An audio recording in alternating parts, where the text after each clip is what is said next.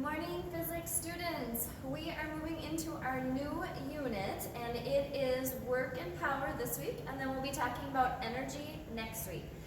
In order to understand work and power, we are going to need every equation that we have used throughout all of one-dimensional motion. So we're going to have to be able to solve for A, we're going to have to be able to solve for distance, delta x, and so forth. So we'll be using multiple equations and forces from last week as well. All right, so here we go. This is going to be the top part, is going to be a definition and the units things are measured in, and then from there I'll do an example of each as well. So the definition of work, it is done when you have a force applied over a distance. If you remember from last week, the definition of a force is a push or a pull. Alright, so if you are pushing something or pulling something a distance, which would be delta x or delta y, you are doing work in the physics terms. Okay, the equation to solve for work, you just need to know the force and you need to multiply it by the distance, which is just another way of saying delta x or delta y. So when you're looking for distance, you may have to solve for it using one of our old equations. Delta x or delta y is the variable distance is. It gets abbreviated with a d, but back in equations it means the same thing as the change in horizontal distance or the change in vertical distance. Work is measured in a joule. That is abbreviated with a capital J. It is, once again, like a Newton was, it's a made-up unit in the metric system. They named it after a gentleman who did a lot of experimentation in work and energy. So a joule is going to be the same thing. If you look at the equation for work, a joule has to be equivalent to the unit of force, which was a Newton, times the unit of distance, which is a meter. So 1 joule is the same thing as a Newton times a meter, Newton meter. Okay, instead of having to write a Newton meter and NM after everything, they just renamed it a joule, so you use a capital J. A joule is going to be what we measure both work and energy next week in. It'll be our unit. Okay, here's how the equation for work works. We have a child pulling a 2.5 kilogram sled from rest to a velocity of 3.5 meters per second in 1.05 seconds. How much work is done? All right, in order to solve for work, I need to know the force and I need to know the distance. Okay?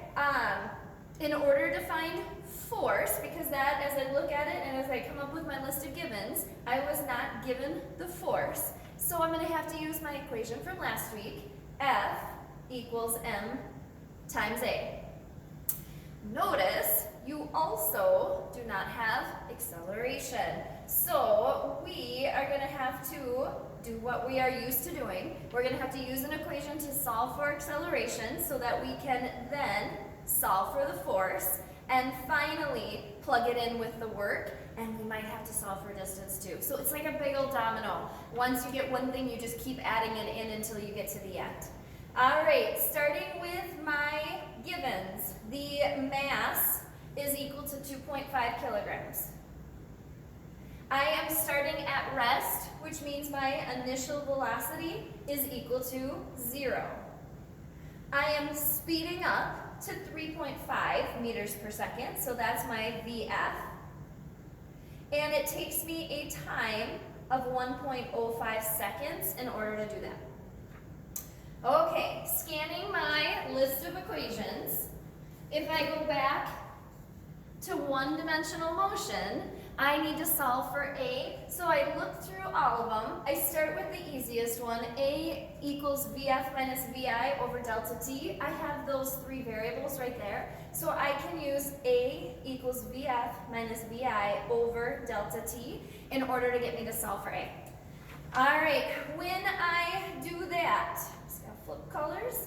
A is equal to VF, that was 3.5, minus VI, that's 0, so you don't even have to include it if you don't want to, over delta T, which is 1.05. When I take that and I divide it by that, I get 3.33. It just keeps repeating. And so that is my acceleration. From here, I am ready to plug in and solve for the force, because in order to get to work, I need to know my force and I need to multiply it by my distance. Okay, so my force is going to be equal to my mass, that was 2.5, multiplied by my acceleration, which I just solved for. Don't put negative 9.8 in there, it is not a falling object. So it is going to be 2.5 times 3.33. When I do that, I find my force to be 8.325 newtons. You can certainly round it, I just put more decimals in because I'm going to plug it in and round at the end. Okay, from here, moving into my work equation. If I want to solve for my work done, I need to know my force, 8.325 newtons, and I need to multiply it by my distance. Okay, as I scan my list of givens, I now have A and force as well. There isn't a distance in any of that. So I'm going to have to do one more calculation in order to solve for my distance, and that is going to be delta x, because you're going to be moving side to side.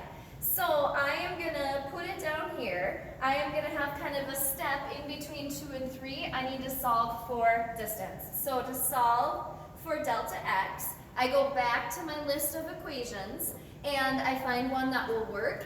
We have so many variables now, any of them are going to work, but the easiest one is delta x equals VI delta t plus 1/2 AT squared, because x is already on one side, you don't have to move all the variables around. All right, from here, notice my initial velocity was 0. That is going to be gone. So I don't have to worry about plugging anything in for VI delta t, it's gone.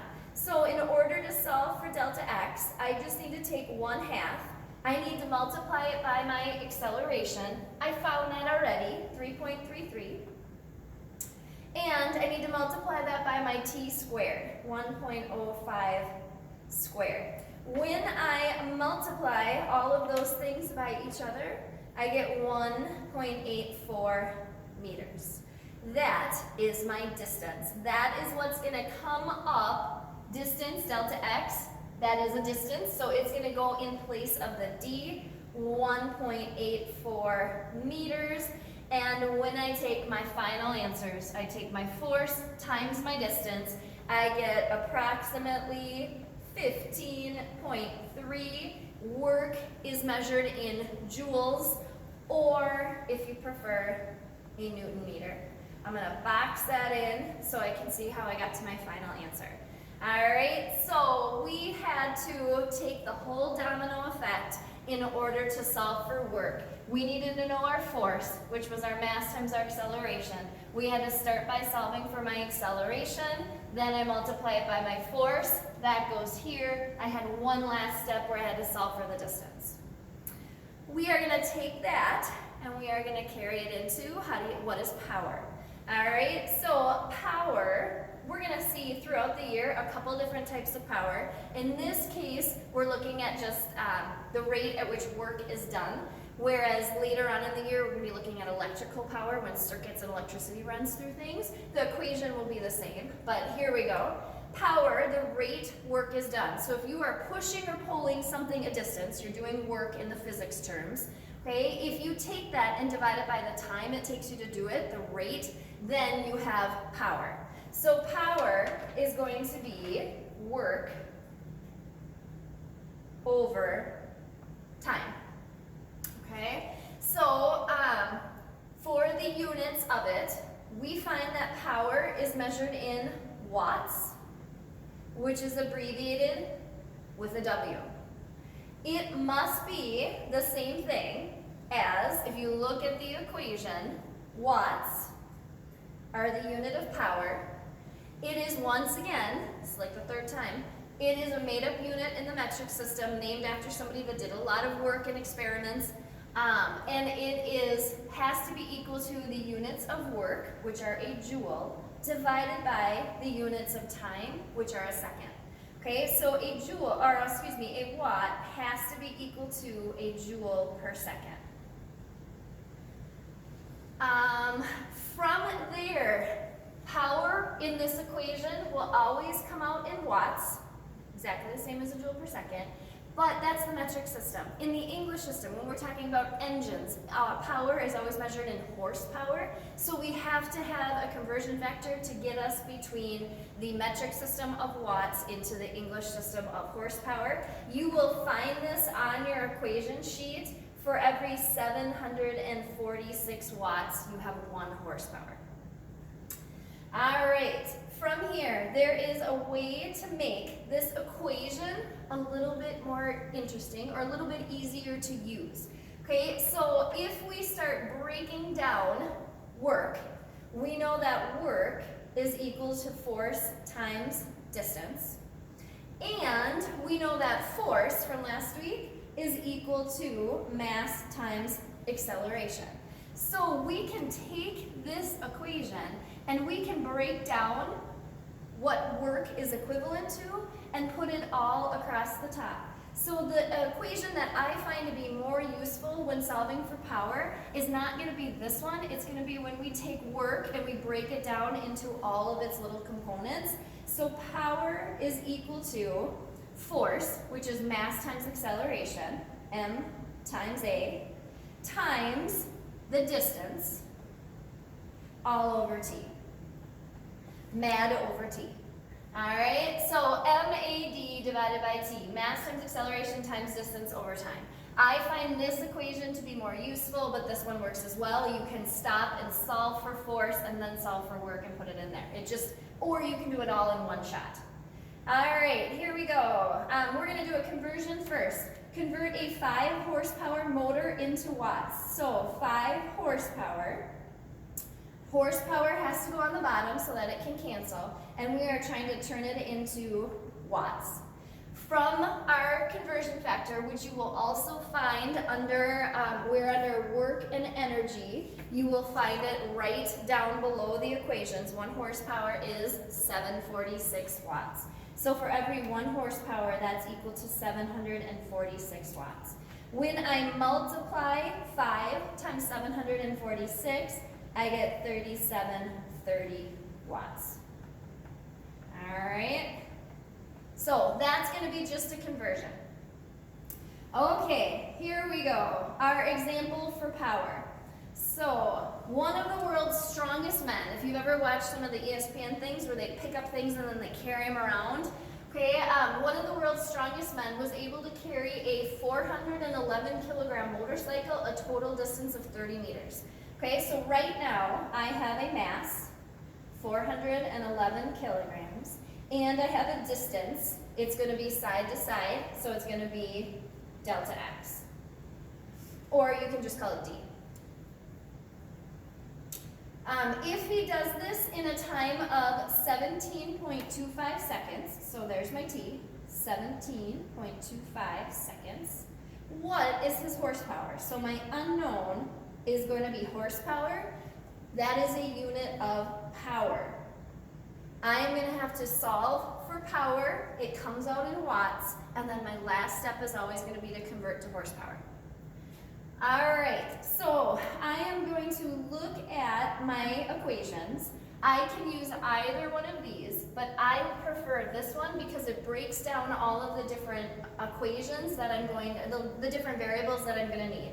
So I'm going to use power equals MAD, M-A-D, over T. All right, I have the mass, I have the distance. I will maybe just relabel that a D so that you remember that delta x and distance are the same thing. Okay, and I have the T, but notice what I don't have is the acceleration. We are going to use, and we're going to do this in our lab this week as well, we are going to use A equals negative 9.8 whenever you're lifting something up and holding it against gravity. We are going to use gravity as our acceleration. So A is going to be negative 9.8. I will specify when you get to use that instead of having to solve for it because it can get confusing. All right, here we go. So power is mad over T. So power equals, switch colors, mass, 411, times acceleration, negative 9.8, times the distance, 30, over the time, 17.25. Okay, I just plug all of this stuff in, multiply across the top, divide by what's on the bottom, and I do get a negative, and that's okay. Things will come out negative when you're working against gravity or when something's moving in the downward direction. I got a negative 7,005 watts. But notice power, whenever you use the power equation, it has to come out in watts. And then, once you have power in watts, you can convert it to horsepower using the conversion factor, which is, for every 1 horsepower, there's 746 watts. When I take the negative 7,005 and I divide it by the 746, I get a negative, still a negative, you're working against gravity, 9.4 horsepower. Okay, so 2 new things. Work, that is the force applied over a distance. Force times distance, it is measured in a joule, which is equivalent to a Newton meter. We also can find power, the rate at which work is done. We can take work over time. It is measured in a watt, but we can convert that to the English system, which is horsepower.